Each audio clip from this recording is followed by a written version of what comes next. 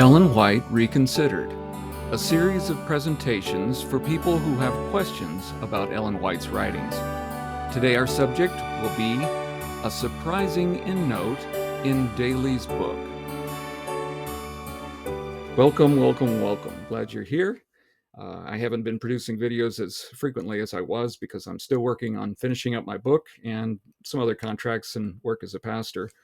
But I've been, in the meantime, reading through Steve Daly's book, his psychobiography of Ellen White, in which he intends to dig into her motivations as a child and then later on in her ministry. And as I go through, I will make little notes in the margins that I can come back to and then look up the details. One of the things that I ran into is in this chapter. I'm on chapter 9 right now, entitled From Marriage to Matriarch. And just reading through here, I find some characterizations that don't seem to line up with what I have been reading, as I have been intensively digging into early Adventist history and Ellen White's early life for the book. Anyway, here's a paragraph that he describes. Some marriages seem to be born out of practical necessity more than out of love. And while this tends to be more common among senior citizens than young people, the marriage of James White and teenager Ellen Harmon certainly seems to fit with this pattern.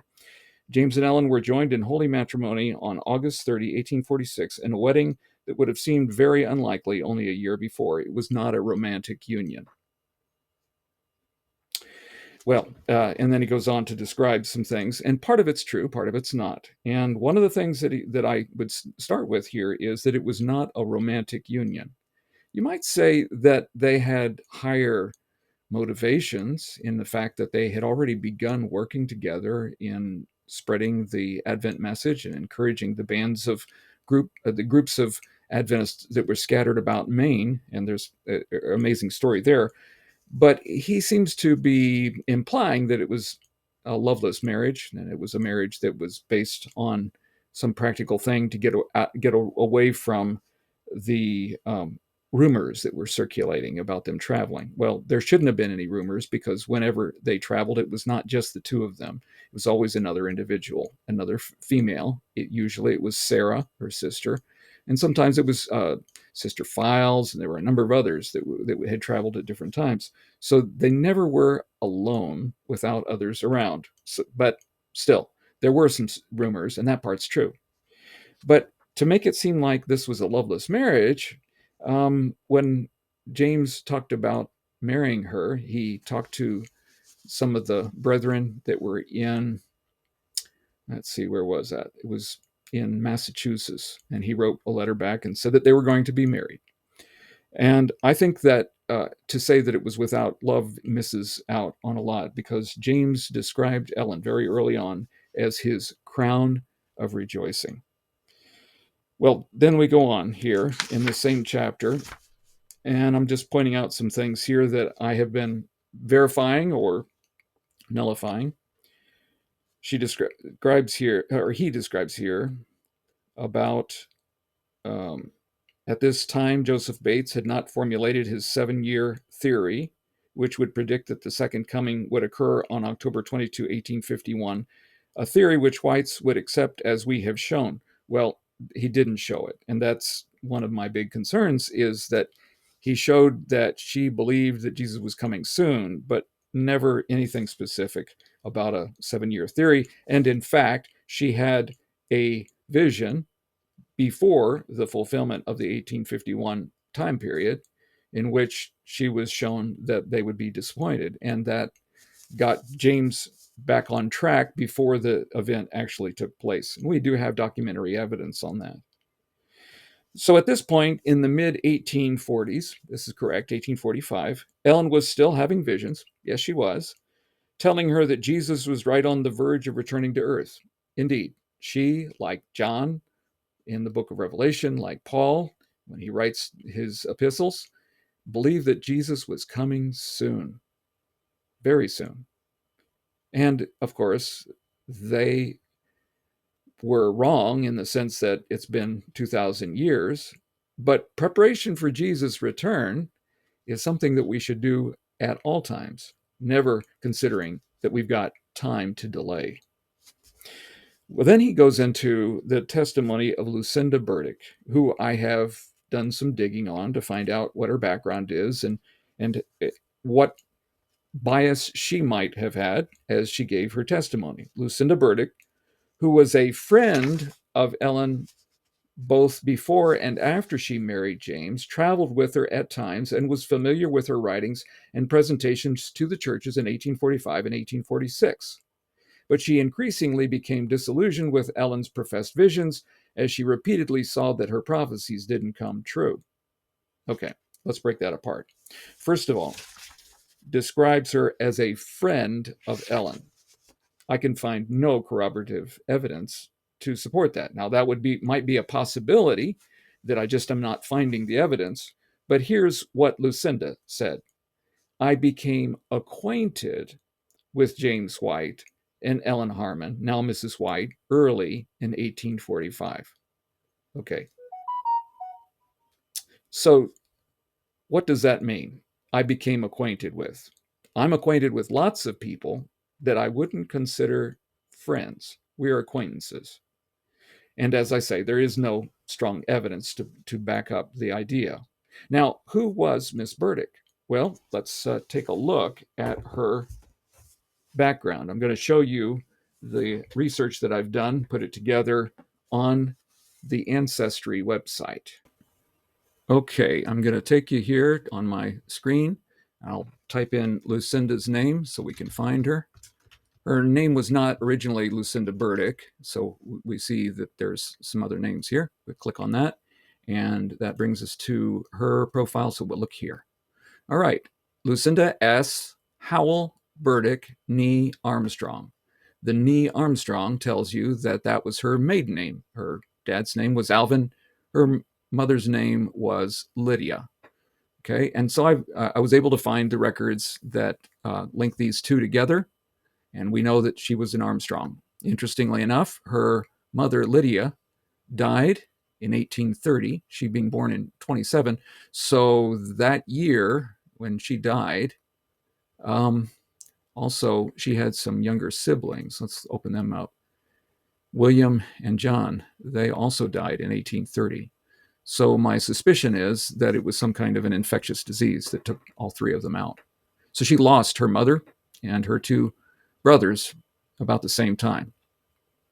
Her dad remarried, and his new wife was named Sylvia. Sylvia had other kids, so she had other half siblings. One of them was named Sophia, and interestingly enough, we find later on that Sophia marries an Adventist preacher. Let's go there just for a second. And his name was Hiram Vaughn Reed, and I have done some research on him. So interesting that they were in a similar area. Now, who did she marry first? Well, she married John Howell. We see here marriage was in 1846. So this was when? Well, this is the second year of Ellen White's sharing her messages, her visions. So she was not with John Howell at first. Now, where was she from? Well, you see that she was born in Winthrop, Kennebec, Maine. And it was in Winthrop, Kennebec, Maine. We're going to look here at the marriage record. This is a newspaper article. And here we find in Reedville, they were married, but they were both from Winthrop. Elder John Howell to Lucinda S. Armstrong. Interesting, isn't it? All right, so this is when they got married, and it was in 1846. So what do we know about John Howell? Well, John Howell is an individual who figures in the story early on. So John Howell pops up in Spiritual Gifts Volume 2, and she just uses an initial, but I've been able to cross-reference it. He was good friends with Joseph Turner, who at first seemed to be supportive of Ellen White, but Ellen Harmon before she was married, and then started opposing her. And this is what we find about John Howell from the beginning. Soon H, that is John Howell, who had opposed me in Maine, came in great haste to Massachusetts with a document to destroy my influence. I've never had the privilege of reading it or hearing it read, and have not been able to obtain a copy of it to this day. This document was read in my absence when I could not answer for myself. As near as I can learn, Howell got up the document, then urged a sister, which was Elizabeth Haynes, who was occasionally with me during the 2 weeks of my extreme sickness, when my mind wandered, as stated on page 51, to sign it. She was then on a sickbed herself, suffering great confusion of mind, and to get rid of Howell, consented to have him sign her name to the document. At a later period, this sister confessed to me in tears her regret that her name was ever attached to the document. She is not a Sabbath keeper, yet has since cheerfully given her name to a certificate on another page, which kills the slanderous document. And that is back here in the back. When they went back and visited in 1858, before the publication of this, J.N. Loughborough went with her, and we find that Elizabeth Haynes signed her name right there. That's listed in this testimony, as she says. So Howell was one of her critics from the beginning on different subjects. We can't go into great detail here. So Miss Lucinda Burdick became Lucinda Howell when she first married John Howell, and she was already joining one who had been opposing Ellen White in Maine. So does that sound like a friend? No. Okay, so what else does he say here? Reading from Burdick, and this is from the book by Miles Grant, ironically called The True Sabbath, which that's not really what he's dealing with in that particular book, but he quotes her. She says, she pretended God showed her things which did not come to pass. At one time, she saw that the Lord would come the second time in June of 1845. No evidence for that. So she's repeating rumors, what people had said. The prophecy was discussed in all the churches and in a little shut door paper published in Portland, Maine. During the summer, after June passed, I heard a friend ask her how she accounted for the vision. She replied that they told her in the language of Canaan, and she did not understand the language, that it was the next September that the Lord was coming in the second growth of grass instead of the 1st of June.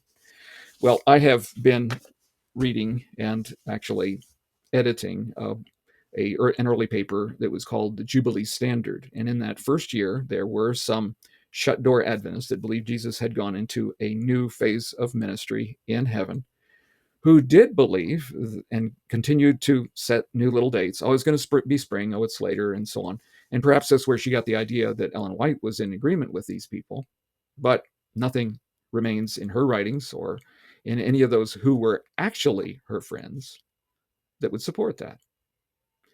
Marion Stoll, who did know her early on, and who was a very close confidant of her, and stayed a friend of hers into their 80s, and wrote about her remembrances, said it's an odd thing that she would have made these predictions and not told her. And Jan Andrews also said he never heard anything of this, and he knew her early on from Paris, Maine, where his family resided. So she's not a credible witness. And yet she may tell us some things that give us some help, attachments of where Ellen White might have been. But she's not a friend. She's an acquaintance, if anything. And she didn't travel with her. There's no evidence of that. So what Daly is doing is we would say, is engaging in supposition. Okay, well, let me show you one more thing. And this is just the latest thing that I was looking at. Now, this is talking about later on in Ellen White's marriage and trying to describe it as being a miserable marriage that had its bright spots, but that they were always contentious. And his assumption is that it's because James knew she really wasn't a prophet, and so he was living with the fraud. And this is the premise of the book. But I was reading this paragraph that referenced footnote 111. And one thing about this book that I really like is that the footnoting is consecutive through the book. So it's easier to find where you are. You don't have to look for a chapter and a number. You just look for the number. He says this is from George Knight's Walking with Ellen White, page 73. So, well, I started looking there in Ellen White's book, or the book on Ellen White, Walking with Ellen White. And I looked up page 73 and started reading. George Knight's description of this period, about the relationship with James and Ellen. And rather than her considering it a fraud, this is what George Knight says, page 74. We'll go back to 73. The fact that he firmly believed that his wife's messages came from God didn't always help his attitude toward her, since she occasionally had some pretty straight words for him on such topics as how his poor work habits injured him and how he let his suspicions and depression destroy his usefulness. Okay, so humanly speaking, he may have resented what she was pointing out and how that his overwork, which Daly acknowledges that she overworked. Let me just call attention to that. In the back of his footnotes, again, going back to the footnotes, um, he writes, see George Knight's Walking with Ellen White, page 73. For examples of prophetic reprimands that Ellen laid on James concerning his poor work habits, see letters such and such and such and such. But then when we go back to the chapter, he describes how that James had nearly up to 5 strokes, and he was a workaholic. He agrees with Ellen White. So Ellen White's counsels to James were not spoiling his fun. It was trying to help him to survive, and so she could keep her husband around, whom she did love dearly. She called him the best man who ever trod shoe leather. Kind of a quaint little way of saying it. All right, so get back to this passage and what's supposed to be on page 73. Well, I started reading page 73, and it says that stroke and his inability to trust others or delegate authority colored the remainder of his life. Problems that had been evident in his early years became pronounced after 1865. Thus, he suffered from occurring depression, was suspicious of other people, and at times made ill-advised statements and accusations. These problems affected both his relationships with fellow church workers and with his wife and children. Okay, that's true.